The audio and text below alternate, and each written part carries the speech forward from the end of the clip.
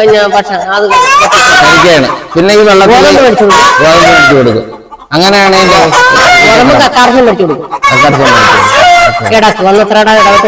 അപ്പൊ സാധാരണ വീട്ടമ്മമാർക്ക് ഒരു ലാഭകരമായിട്ട് ചെയ്യാൻ പറ്റിയ ഒരു കൃഷി തന്നെയാണ്. ഉറപ്പായിട്ടും ചെയ്യാം.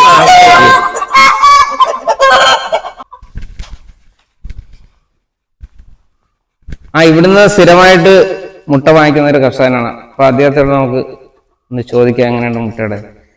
ഇവിടുന്ന് സ്ഥിരമായിട്ട് മുട്ട വാങ്ങിക്കാറുണ്ട്? സാധാരണ ഇവിടുന്ന് സ്ഥിരമായിട്ട് മുട്ട മേടിക്കുന്നത്. അതാണ് ഈ ഇവിടുന്ന് വന്ന് വാങ്ങിക്കുന്നത്. വിശ്വസിച്ച് മേടിക്കാൻ പറ്റും ഒന്നാമത്തത്.